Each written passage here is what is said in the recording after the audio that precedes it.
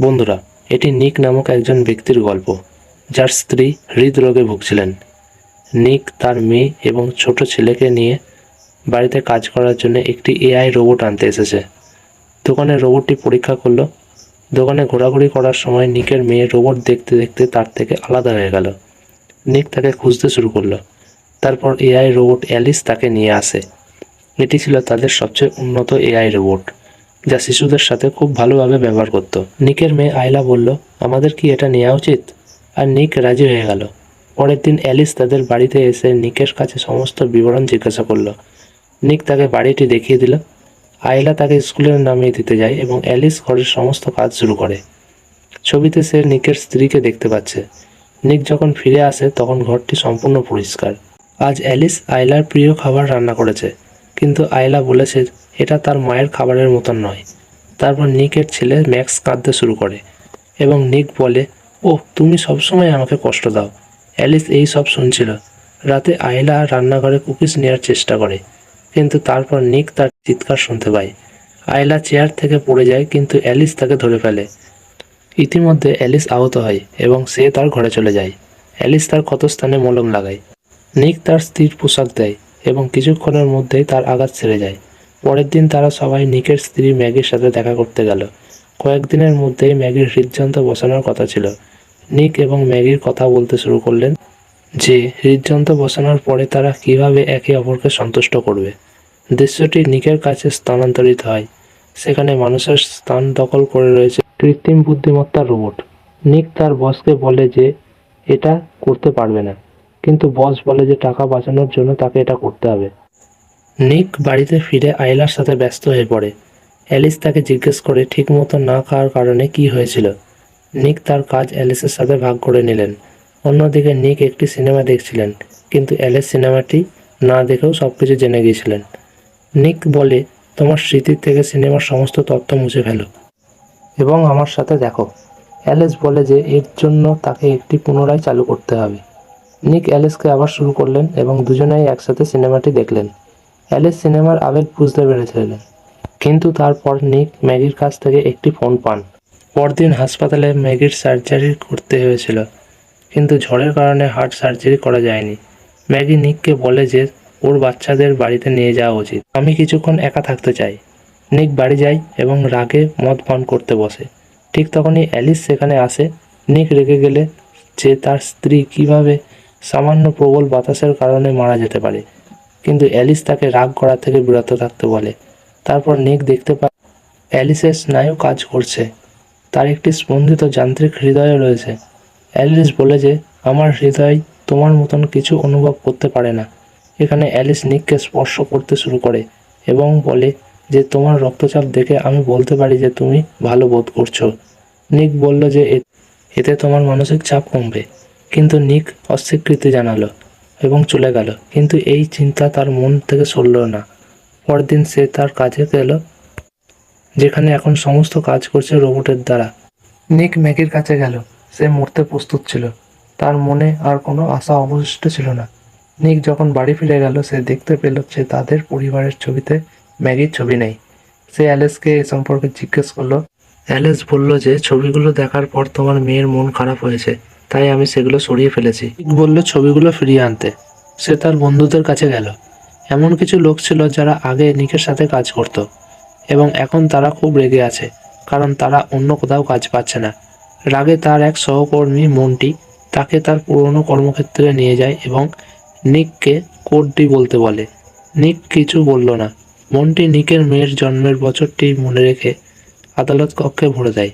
চেম্বারটি খুলে গেল এবং একটি রোবট বেরিয়ে এলো। মন্টি রোবটটির মাথা ভেঙে দিল এবং তারা সমস্ত রোবট ভাঙতে শুরু করে। নিক বাড়ি ফিরে গেল এবং স্নানের বাইরে সে দেখতে পেল যে অ্যালিস তার স্ত্রীর পোশাক পরে আছে। নিক জিজ্ঞেস করলো, তুমি এগুলো কেন পরেছো? অ্যালিস বলল যে তোমার স্ত্রীর গন্ধ তোমার ছেলেকে খুশি করে। নিকের অনুরোধে অ্যালিস তার পোশাক খুলে ফেলল। এরপর অ্যালিস নিকের কাছে আসতে শুরু করে এবং বলে যে আমি তোমার সমস্ত দুঃখ দূর করতে পারি। নিক অস্বীকৃতি জানালেন, কিন্তু অ্যালিস নিকের চোখ বন্ধ করে দিলেন এবং ম্যাগির কণ্ঠে তার সাথে কথা বলতে শুরু করলেন। নিকের মনে হলো যেন ম্যাগি সেখানেই রয়েছে। তাদের মধ্যে সবকিছু সম্পন্ন হচ্ছিল। সকালে নিক এই জন্য অনেক অনুতপ্ত ছিল। সে অ্যালিসকে বলল যা ঘটেছে তা যেন ভুলে যায়। অ্যালিস বলল কিন্তু গত রাতে তোমার চাপ অনেক কমে গেছে। নিক রেগে আমাকে বারবার বলে এভাবে চেক করা বন্ধ করো। তারপর সে আইলাকে স্কুলে নিয়ে গেল। পুলিশ কাজে এসেছিল এবং তার বস নিককে জিজ্ঞেস করলো যে গত রাতে তোমার চেম্বার থেকে এই চেম্বারটি খোলা হয়েছে। নিক বলল আমার চেম্বারটি আমার মেয়ের জন্মের বয়স যে কেউ অনুমান করতে পারবে। তার বস বলল যদি তুমি সে সম্পর্কে কিছু জেনে থাকো তো বলো। তারপর নিক ম্যাগির কাছ থেকে ফোন পেয়ে জানতে পারে যে তার জন্য একটি নতুন হৃৎপিণ্ড পাওয়া গেছে। ম্যাগির সার্জারি করা হয় এবং সে মৃত্যুর হাত থেকে রক্ষা পায়। নিক ম্যাগিকে বাড়ি নিয়ে আসে। পরদিন সকালে ম্যাগি তার ছেলে ম্যাক্সের কাছে যায়, কিন্তু সে তাকে তুলতে পারছে না। তাই অ্যালিস এসে তাকে তুলে নেয়। ম্যাগির এটা পছন্দ হয় না যে অন্য কেউ তার ছেলেকে তুলে নিচ্ছে। সন্ধ্যায় ম্যাগি সবার জন্য খাবার রান্না করে, কিন্তু তার মাথা ঘুরছিল এবং তার শরীরও ভালো ছিল না। খাওয়ার পর তার মেয়ে বলল যে অ্যালিসের খাবার খুব ভালো, যা ম্যাগির পছন্দ হয়নি। পরদিন যখন ম্যাগি ঘুম থেকে ওঠে সে আইলার চিৎকার শুনতে পায়। সে দৌড়ে নিচে নেমে যায় এবং পথে পড়ে যায়। অ্যালিস তাকে তুলে নিয়ে ঘরে যায়। রাতে যখন নিক বাড়ি ফিরে তখন সে তার মেয়ের ঘর থেকে ম্যাগির কণ্ঠস্বর শুনতে পায়। সে দৌড়ে নিচে নেমে যায় কিন্তু পথে পড়ে যায়। অ্যালিস তাকে তুলে ঘরে নিয়ে যায়। রাতে যখন নিক ফিরে আসে তখন সে তার মেয়ের ঘর থেকে ম্যাগির কণ্ঠস্বর শুনতে পায়। নিক অ্যালিসকে বলে যে ম্যাগি নিজের গল্পটি বলবে। অ্যালিস বলে যে সিঁড়ি থেকে পড়ে যাওয়ার পর ম্যাগি বিশ্রাম নিচ্ছে। নিক বলছে তুমি সিঁড়ি ঠিক করছো তাই না? অ্যালিস বলছে আমি আবার সব ঠিক করে দেবো। নিক ম্যাগিকে অবাক করে দেওয়ার জন্য বাগানে নিয়ে যায় এবং পুরো পরিবার একসাথে ডিনার করে। এইসব দেখার পর অ্যালিস ভেতর থেকে হেঁটে যাচ্ছিল। এরপর ম্যাগি এবং নিক তাদের ঘরে যায়। তারপর অ্যালিস মাঝখানে এসে বলে যে তোমার মেয়ে তোমাকে ডাকছে। নিক বাগানে যায় যেখানে তার বন্ধু মন্টি আসে। দুজনেই একসাথে মদ্যপান শুরু করে। মন্টি বলে যে আমার স্ত্রী আমাকে ছেড়ে চলে গেছে, আমার কাছে কোনো টাকা নেই, কেউ আমার নাম পুলিশকেও বলেছে। মন্টি সন্দেহ করেছিল যে নিক এটা করেছে। তারা দুজনেই তর্ক শুরু করে এবং নিককে মারতে শুরু করে। সে যখন মন্টির মাথায় বোতল ভাঙতে যাচ্ছিল তখন অ্যালিস আসে, কিন্তু নিক তাকে মন্টির উপর আক্রমণ করার থেকে বিরত রাখে। মন্টি বলে যে আগামীকালের মধ্যে তোমার বসের সাথে কথা বলে আমার উপর আরোপিত জরিমানা প্রত্যাহার করো, নাহলে আমি তাকে তোমার নাম বলে দেবো। ভেতরে অ্যালিস নিককে বলে যে তার প্রধান ব্যবহারকারীকে বাঁচাতে তার থানায় যাওয়া উচিত। আমাকে ভেতরে আসতেই হলো। সে বলল তোমার বাচ্চাদের অন্তত একজন বাবা মার দরকার। এখানে অ্যালেসা বলে যে নিক তোমার স্ত্রী ম্যাগি বেশি দিন বাঁচবে না, তারপরে আমি তার জায়গা নিতে পারি। নিক রাগের সাথে বলে যে তুমি কখনো ম্যাগি হতে পারবে না। ম্যাগির একটা হৃদয় আছে, সে ব্যথা অনুভব করে এবং তার সেই ব্যথার চিহ্নও আছে। এর উত্তরে অ্যালেসা বলে আমি মার্ক করে দেবো।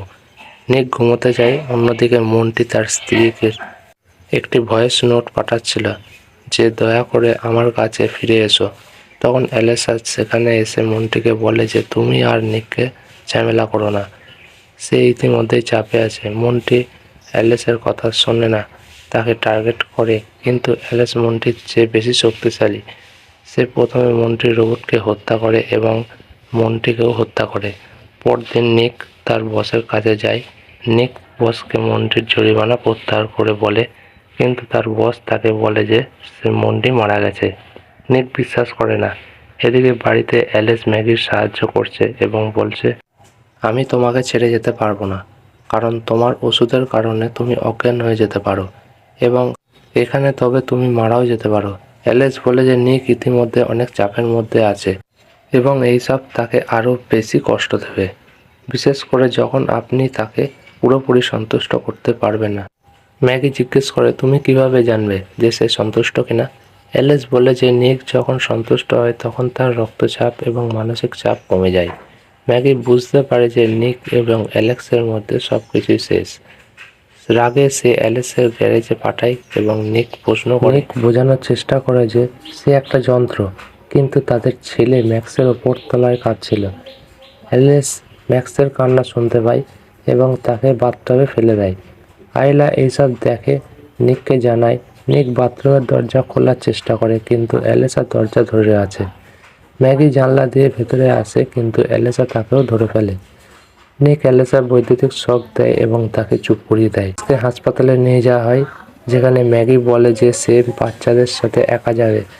তার ভাবার জন্য কিছুটা সময় প্রয়োজন, কিন্তু অ্যালেসা তাদের সিস্টেম হ্যাক করে এবং নিজেকে পুরোপুরি সিস্টেমে প্রবেশ করায়। সে এটি কপি করে অন্য একটি রোবট নিয়ন্ত্রণ করে এবং সবাইকে হত্যা করে। দৃশ্যটি হাসপাতালে স্থানান্তরিত হয়, যেখানে নিকের পরিবার বসে আছে। নিক বারে একা মদ পান করছে, মন খারাপ করেছে। তারপর অ্যালেসা সেখানে এসে বলে যে আমি তোমার সব দুঃখ দূর করে দেবো। আমি মনটিকেও মেরে ফেলেছি এবং এরপর তোমার পরিবারের পালা, যারা তোমাকে কষ্ট দেবে। অ্যালেসা আরেকটি রোবটের মাধ্যমে হাসপাতালে পৌঁছে এবং নিককে ধরে ফেলে। নিক তাকে বিভ্রান্ত করার চেষ্টা করে এবং তাকে আক্রমণ করে। ইতিমধ্যে হাসপাতালে ম্যাগির কিছু কণ্ঠস্বর শুনতে পায়। সে আইলাকে পেছনে ফেলে কণ্ঠস্বর শুনতে শুরু করে। আইলা গাড়ির পেছনে চলে যায়। যখন আইলা জেগে ওঠে তখন কেউ সেখানে থাকে না। সে দূর থেকে ম্যাগির কণ্ঠস্বর শুনতে পায়।